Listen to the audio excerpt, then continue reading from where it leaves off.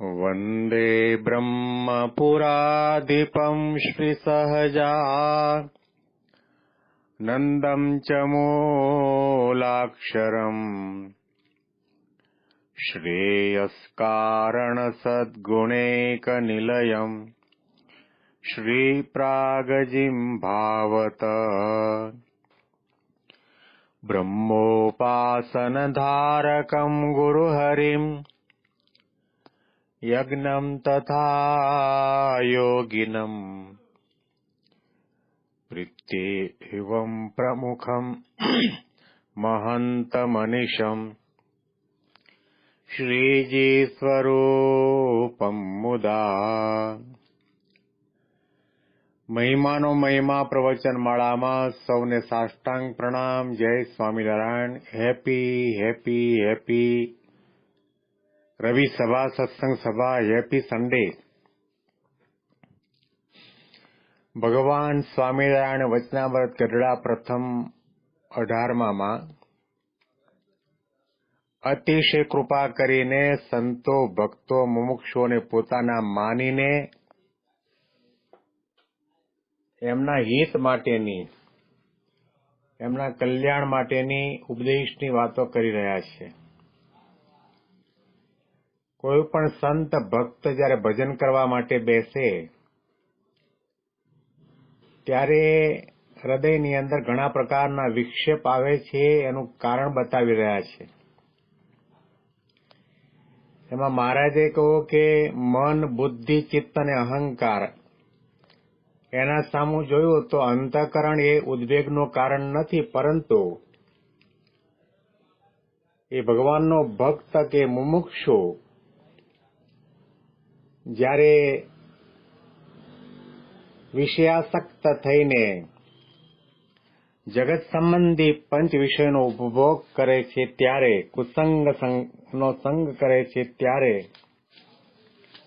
એને પોતાને ઉદ્વેગ આવે છે. અને ભગવાનનું ભજન જે રીતે થવું જોઈએ રીતે થતું નથી. અને એટલા માટે મહારાજે કહ્યું કે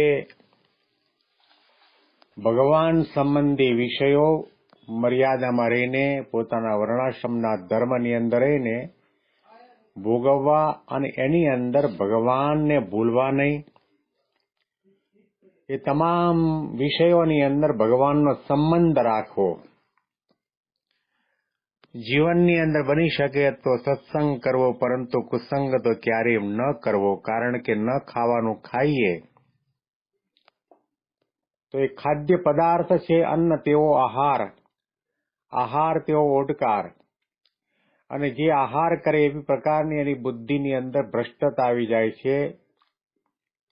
ભીષ્મ પિતામહ મહાજ્ઞાની હતા, બુદ્ધિશાળી હતા, બ્રહ્મચારી હતા, પરંતુ દુર્યોધનનું અન્ન ખાધું તો એની બુદ્ધિ ભ્રષ્ટ થઈ અને જેના પક્ષની અંદર ભગવાન કૃષ્ણ બિરાજમાન છે એવા પાંડવોની સામે લડાઈ કરવા માટે તૈયાર થયા.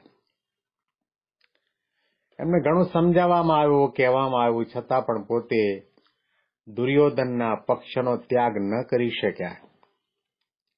મહારાજ એટલા માટે કહે છે કે એવા જે પાપી જીવ છે એના હાથનું બનાવેલું અન્ન, એના ઘરનું અન્ન ખાવામાં આવે તો આપણી બુદ્ધિ ભ્રષ્ટ થઈ જાય છે. આપણા ઇન્દ્રિયો, અંતઃકરણ અને મનની અંદર વિકાર જાગૃત થાય છે અને એ મન ભગવાનના સ્વરૂપની અંદર સ્થિર થતું નથી. અને ઘણા ઘણા પ્રકારના શંકા, કુશંકા, તર્ક વિતર્ક ભગવાનના સ્વરૂપની અંદર, સત્સંગની અંદર, ભક્તોની અંદર, સંતોની અંદર કર્યા કરે છે. એટલા માટે મહારાજે વિષયનું ખંડન કરતા હવે આગળ મહારાજ આ વચનામૃતની અંદર જે વાત કરી રહ્યા છે તે વાંચીએ અને ત્યાર પછી સમજવા માટેનો પ્રયત્ન કરીએ. અને પછી શ્રીજી મહારાજ બોલ્યા, આજે અને આ જીવ છે તે જેવી સોબત કરે છે તેવું એમનું અંતઃકરણ થાય છે. તે જ્યારે એ જીવ વિષય જીવની સભામાં બેઠો હોય અને તે જગ્યા પણ સુંદર 7 માળની હવેલી હોય, તે હવેલીને વિશે કાચના તકતા સુંદર જડ્યા હોય અને સુંદર બિછાના કર્યા હોય તેમાં નાના પ્રકારના આભૂષણ તથા વસ્ત્ર પહેરીને વિષયજન બેઠા હોય અને દારૂના શીશા લઈને પરસ્પર પાતા હોય, અને કેટલાક તો દારૂના શીશા ભરેલા પડ્યા હોય અને વેશ્યાઓ થઈ કાર કરી રહી હોય અને નાના પ્રકારના વાજિંત્ર વાજતા હોય. તે સભામાં જઈને જે જન બેસે તે સમયે તેનું અંતઃકરણ બીજી જાતનું થઈ જાય છે, અને તૃણની ઝૂંપડી હોય અને તેમાં ફાટેલ ગોદડીવાળા પરમહંસની સભા બેઠી હોય, અને ધર્મ, જ્ઞાન, વૈરાગ્ય અને ભક્તિ સહ વર્તમાન ભગવદ્ વાર્તા થતી હોય. તે સભામાં જઈને જે જન બેસે ત્યારે તે સમયે તેનું અંતઃકરણ બીજી રીતનું થાય છે. માટે સત્સંગને અને કુસંગને યોગ્ય કરીને જેવું અંતઃકરણ થાય છે તેને જો વિચારીને જુએ તો જાણ્યામાં આવે છે. અને ગવરગણને તો કાંઈ ખબર પડતી નથી. માટે આ વાર્તા છે તે છેક મૂર્ખપણે પશુને પાડે વર્તતો હોય તેને તો ન સમજાય, અને જે કંઈક વિવેકી હોય અને કંઈક ભગવાનનો આશ્રિત હોય તેને તો આ વાર્તા તુરંત સમજવામાં આવે છે. માટે પરમહંસ તથા સાંખ્યયોગી હરિજન તથા કર્મયોગી હરિજન એ સર્વેને કુપાત્ર માણસની સંગત કરવી નહીં, અને સત્સંગ થયામાં તો ગમે તેવો કુપાત્ર જીવ હોય તેને નિયમ ધરાવીને સત્સંગમાં લેવો, પણ સત્સંગમાં આવ્યા પછી કુપાત્રપણું રાખે તો બાઈ અથવા ભાઈ જે હોય તેને સત્સંગ બહાર કાઢી મેળવો, અને જો ન કાઢે તો એમાંથી જાજુ ભૂંડું થાય. જેમ જે આંગળીએ સર્પે કરડી હોય અથવા કીડિયારાનો રોગ થયો હોય અને તેટલું અંગ જો તુરંત કાપી નાખે તો પંડે કુશળ રહે. તેનો લોભ કરે તો જાજો બિગાડ થાય. તેમ જે કુપાત્ર જીવ જણાય તેનો તત્કાળ ત્યાગ કરજો. અને આ અમારું વચન છે તે ભલા થઈને સર્વે જરૂર રાખજો. તો જાણીએ તમે અમારી સર્વે સેવા કરી, અને અમે પણ તમને સર્વેને આશીર્વાદ દઈશું અને તમો ઉપર ઘણા પ્રસન્ન થઈશું. કાંજે તમે અમારો દાખલો સુફળ કર્યો, અને ભગવાનનું ધામ છે ત્યાં આપણ સર્વે ભેળા રહીશું. અને જો એમ નહીં રહો તો તમારે અને અમારે ઘણું છેટું થઈ જશે, અને ભૂતનું કે બ્રહ્મ રાક્ષસનો દેહ આવશે અને હેરાન થશો. અને જે કંઈ ભગવાનની ભક્તિ કરી હશે તેનું ફળ તો રજળતા કોઈ કાળે પ્રગટ થશે. ત્યારે પણ અમે વાત કરીએ તે પ્રમાણે રહેશો, ત્યાર પછી મુક્ત થઈને ભગવાનના ધામમાં જશો. શ્રીજી મહારાજ કેટલી બધી કૃપા કરીને સાચી વાત સમજાવી રહ્યા છે. અને ગુણાતીતાનંદ સ્વામીએ પણ પોતાની વાતમાં લખ્યું કે જ્યાં વિષયનું ખંડન થતું હોય, સ્વભાવ, પ્રકૃતિ અને દેહાભિમાનનું ખંડન થતું હોય, અને જ્યાં આગળ કદાચ દુઃખ લગાડીને પણ આપણને સાચી વાત સમજાવવા માટેના પ્રયત્ન થતા હોય તો સમજવું કે તમે એકાંતિકની સભામાં બેઠા છો. જ્યાં તમને પંપાળવામાં આવે, ગલીપચી કરવામાં આવે, ફોસલાવવામાં આવે કે જેનાથી તમારા સ્વભાવમાં અભિવૃદ્ધિ થાય, માનમાં વધારો થાય, રાગદ્વેષ ઈર્ષા વગેરે સ્વભાવની અંદર, પ્રકૃતિની અંદર વધારો થાય, તો સમજો કે તમે એકાંતિકની સભામાં નથી, સંસારીની સભામાં આવ્યા છો. મહારાજે સુંદર દ્રષ્ટાંત આપ્યું છે. આ વચનામૃતનું ટાઇટલ પણ હવેલીનું છે કે 7 માળની હવેલી હોય. કેટલું સુંદર અદ્ભુત વર્ણન અત્યારના સમયમાં લાગુ પડે એવી પ્રકારનું મહારાજે આમાં કર્યું છે કે 7 માળની હવેલી હોય, અને એની અંદર કાચના તકતા સુંદર જડ્યા હોય, સુંદર બિછાના કર્યા હોય, અને નાના પ્રકારના આભૂષણ તથા રંગબેરંગી વસ્ત્ર પહેરીને વિષયીજન બેઠા હોય, અને દારૂના શીશા લઈને પરસ્પર પીતા હોય, પાતા હોય, અને કેટલાક દારૂના શીશા બાજુમાં પડ્યા હોય, અને વેશ્યાઓ પોતે લોક લાજ મર્યાદા શરમ સંયમનો ત્યાગ કરીને થેથેકાર કરી રહી હોય, નાના પ્રકારના વાજિંત્ર વાગતા હોય, એવી સભામાં કોઈ પણ ગમે તેવો બુદ્ધિશાળી ધાર્મિક વૃત્તિનો ભક્તિવાળો જ્ઞાની ધ્યાની જાય તો એનું અંતઃકરણ બીજી રીતનું થઈ જાય છે. કારણ કે આવી પ્રકારના યોગની અંદર આવવાથી હૈયાની અંદર રહેલી સુષુપ્ત વાસના જાગૃત થાય છે. દૈવી તત્વનું બળ ઘટી જાય છે, આસુરી તત્વનું બળ વધી જાય છે, માયાનું બળ વધે. અને મહારાજે આગળ વાત કરી કે કોઈ તૃણની ઝૂંપડી હોય, ઘાસની ઝૂંપડી, કે જે ઝૂંપડીની અંદર સોફા સેટ ન હોય, ગાદી તકિયા ન હોય, લાઇટ ન હોય, પંખા ન હોય અને કોઈ જાતની બેસવાની સુવિધા ન હોય, એવી તૃણની ઝૂંપડીની અંદર ફાટેલી ગોદડીવાળા પરમાંશોની સભા હોય અને એ સભાની અંદર ધર્મની, જ્ઞાનની, વૈરાગ્યની, ભક્તિની ભગવદ વાર્તા થતી હોય અને એ સભામાં ગમે તેવો પાપી, નાલાયક અને નીચ જાય તો પણ એનું અંતઃકરણ પવિત્ર થાય છે, એની વાસના મટે છે, ભગવાનના માર્ગે ચાલવાનું મન થાય છે, પોતાની ભૂલનું, પોતાના દોષોનું દર્શન થાય છે.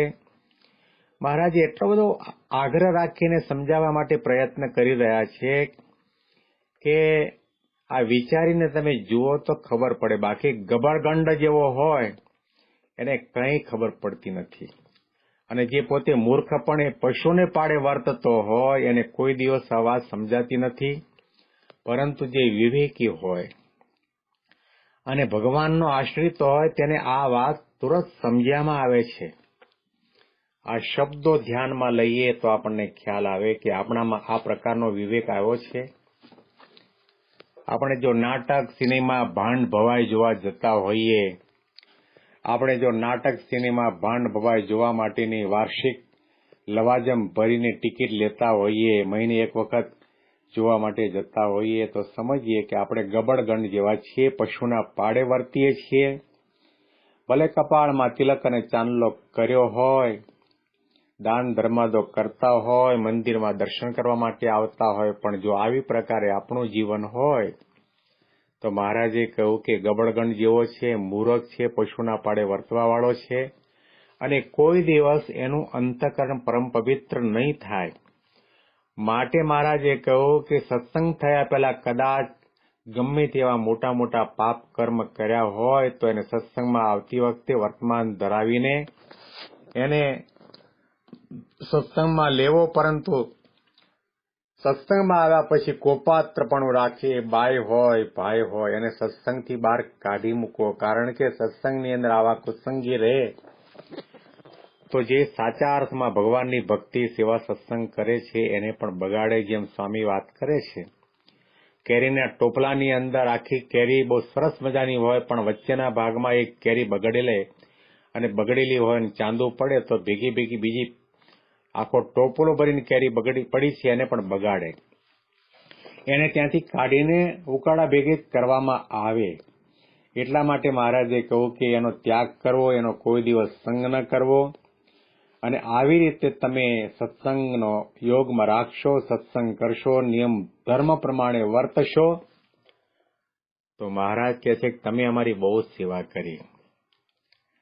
સેવા એટલે કે શું કે આપણે ભગવાન અને ગુરુહરિના ચરણમાં બેસીને એના ચરણ ચંપી કરીએ એ સેવા છે?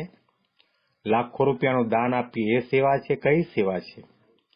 એમની મરજી, એમનો અભિપ્રાય, એમના સિદ્ધાંત, એમની રહસ્ય અને રુચિ પ્રમાણે આપણે વર્તવા માટેનો પ્રયત્ન કરીએ તો મહારાજ કહે છે કે તમે અમારો દાખલો સફળ કર્યો. એટલે શું છે? અક્ષરધામ,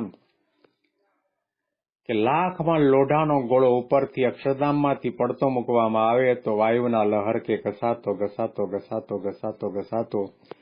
પૃથ્વી ઉપર આવે તો રસભેળો રસ થઈ જાય.